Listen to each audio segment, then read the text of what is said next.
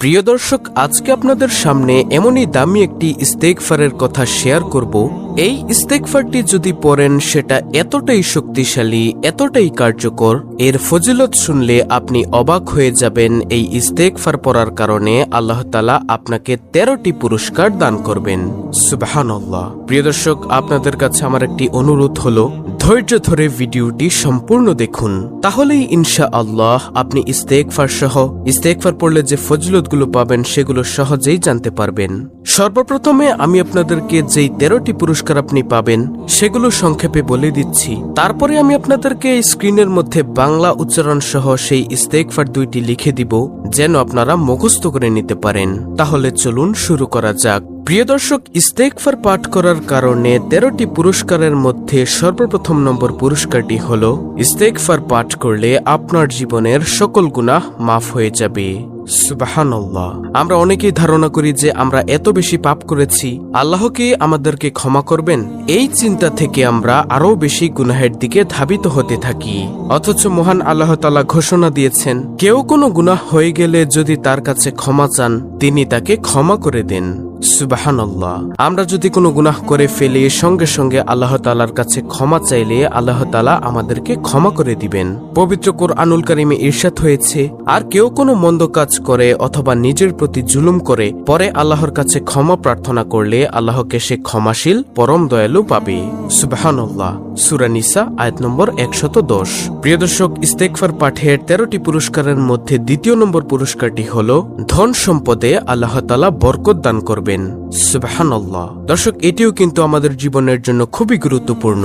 পাপমুক্ত থাকার অন্যতম মাধ্যম হল ইস্তেগফার।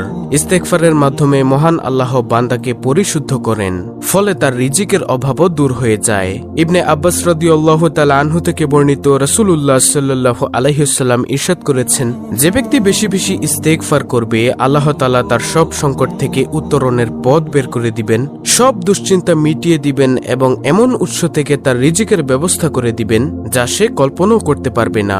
মুস্তাদরাকে হাকিম, হাদিস নম্বর 7677। তাহলে দ্বিতীয় নম্বর পুরস্কারে আমরা পাবো, আমাদের ধন সম্পদে, টাকা পয়সায়, ব্যবসা বাণিজ্যে, পরিবারে আল্লাহ তাআলা বরকত দিবেন ইস্তেগফারের আমল করলে। তারপরে তৃতীয় নম্বর পুরস্কারটি হলো, দুশ্চিন্তা, টেনশন, পেরেশানি দূর হয়। রাসূলুল্লাহ সাল্লাল্লাহু আলাইহি ওয়াসাল্লাম বলেন, যে ব্যক্তি নিজের জন্য ইস্তেগফার অর্থাৎ ক্ষমা প্রার্থনা নিয়মিত করে, আল্লাহ তাকে সব দুশ্চিন্তা থেকে মুক্তি দিবেন, সব সংকীর্ণতা থেকে উদ্ধার করবেন এবং তাকে এমন ভাবে জীবিকার ব্যবস্থা করে দিবেন যা তার চিন্তার বাইরে।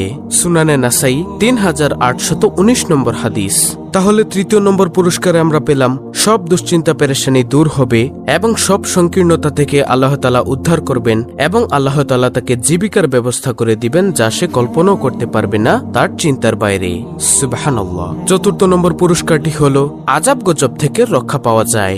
মানুষের পাপের কারণে যে আযাব ও গজব অবধারিত হয়ে গিয়েছিল তা আল্লাহ তাআলা দূর করে দিবেন। অর্থাৎ আপনি একটি পাপ করেছেন, এখন আল্লাহ তাআলা আপনার পাপের কারণে যে আযাব গজব লিখে রেখেছিল সেগুলো আল্লাহ তাআলা দূর করে দিবেন এই ইস্তেগফারের আমলে।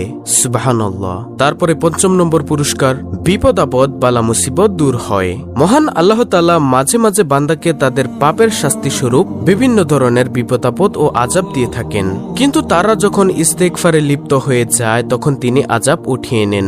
পবিত্র কোরআনে ইরশাদ হয়েছে, আর আল্লাহ এমনও নন যে তারা ক্ষমা প্রার্থনা করবে অথচ তিনি তাদেরকে শাস্তি দিবেন। সূরা আনফাল আয়াত নম্বর 33। অতএব কোন ধরনের বিপদাপদ, বালা মুসিবত দেখা দিলে মুমিনের প্রধান কাজ হলো বেশি বেশি ইস্তেগফার করা, যে ইস্তেগফারটি আমি আজকে আপনাদেরকে বলে দিব। তারপরে ষষ্ঠ নম্বর পুরস্কার, সুসন্তানের মাধ্যমে সাহায্য করবেন।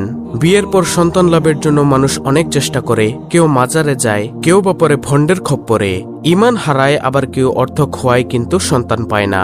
অথচ আল্লাহ তাআলা ইস্তেগফারের বিনিময়ে এমন সুসন্তানের প্রতিশ্রুতি দিচ্ছেন যারা মা বাবার উপকারে আসবে, তাদের সাহায্য সহযোগিতা করবে।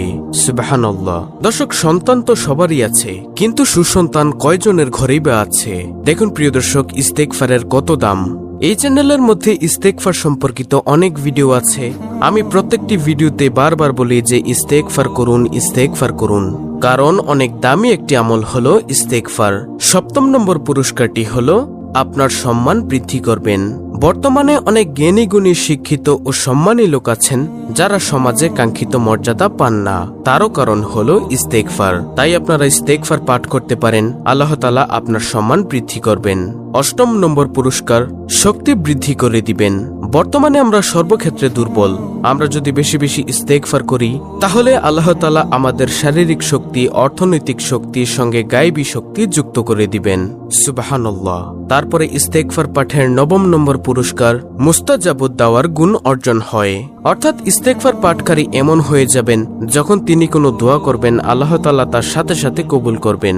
সুবহানাল্লাহ। তারপরে 10 নম্বর পুরস্কার, আল্লাহর সন্তুষ্টি অর্জিত হয়। অর্থাৎ আপনি যখন ইস্তেগফারের আমল করবেন আল্লাহ তাআলা আপনার উপর সন্তুষ্টি হবেন। 11 নম্বর পুরস্কার, পরিবারে শান্তি আসে। আমাদের পরিবারের অনেকেরই ভাই ভাই ঝগড়া হয়, পিতামাতার মধ্যে ঝগড়া হয়। ইস্তেগফারকারী যখন ইস্তেগফার করে আল্লাহর কাছে ক্ষমা প্রার্থনা করে তখন তার পরিবারের মধ্যে শান্তি আসে, আল্লাহ তাআলা তার পরিবারের মধ্যে শান্তি বর্ষণ করেন। ইস্তেগফার পাঠের 12 নম্বর পুরস্কার হলো রহমতের বৃষ্টি বর্ষিত হয়। আমাদের যখন বৃষ্টির প্রয়োজন হয়, অনাবৃষ্টি দেখা দেয়, তখন আমাদের উচিত সাথে সাথে তওবা ইস্তেগফার করা। তাহলেই আল্লাহ রাব্বুল আলামিন রহমতের বৃষ্টি বর্ষণ করবেন।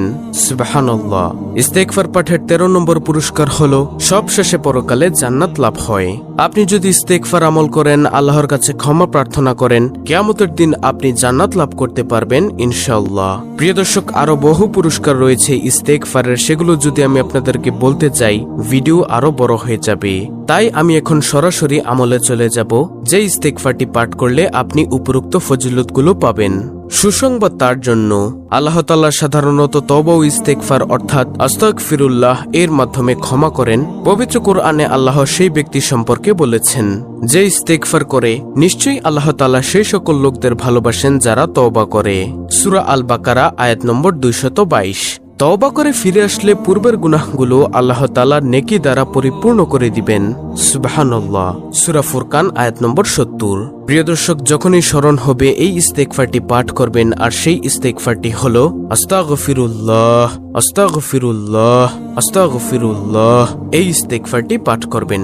এটি গেল একটি ইস্তেগফার। আর সবচেয়ে পাওয়ারফুল গুনাহ মাফের শ্রেষ্ঠ ইস্তেগফার হলো সাইয়্যিদুল ইস্তেগফার। আপনারা সকাল সন্ধ্যায় পাঠ করবেন। আর সেই সাইয়্যিদুল ইস্তেগফারটি হলো আল্লাহুম্মা আনতা রাব্বি লা ইলাহা ইল্লা আনতা খালাকতানি ওয়া আনা আবদুকা ওয়া আনা আলা আহদিকা ওয়া ওয়াদিকা মাসতাতু আউযু বিকা মিন শাররি মা সানাতু আবুউ লাকা বিনি'মাতিকা আলাইয়া ওয়া আবুউ লাকা বিযাম্মি ফাগফিরলি ফাইন্নাহু লা ইয়াগফিরুয যুনুবা ইল্লা আনতা। এটি হলো সাইয়্যিদুল ইস্তেগফার। আপনারা প্রতিনিয়ত এগুলো পাঠ করবেন। সবশেষে প্রিয় দর্শক, আমরা আসুন উক্ত আমলটি করে আল্লাহর দরবার থেকে সকল গুনাহ ক্ষমা করিয়ে নেই। অত্যন্ত গুরুত্বপূর্ণ একটি ভিডিওটি ভালো লাগলে অবশ্যই চ্যানেলটিকে সাবস্ক্রাইব করে পাশে থাকা বেল বাটন অল বাজিয়ে দিবেন। ভিডিওটিতে একটি লাইক দিবেন এবং কমেন্টে আমিন লিখবেন, এবং অন্য মুসলিম ভাই বোনদের কাছে ভিডিওটি শেয়ার করে দিবেন যেন তারাও দেখে শিখে এই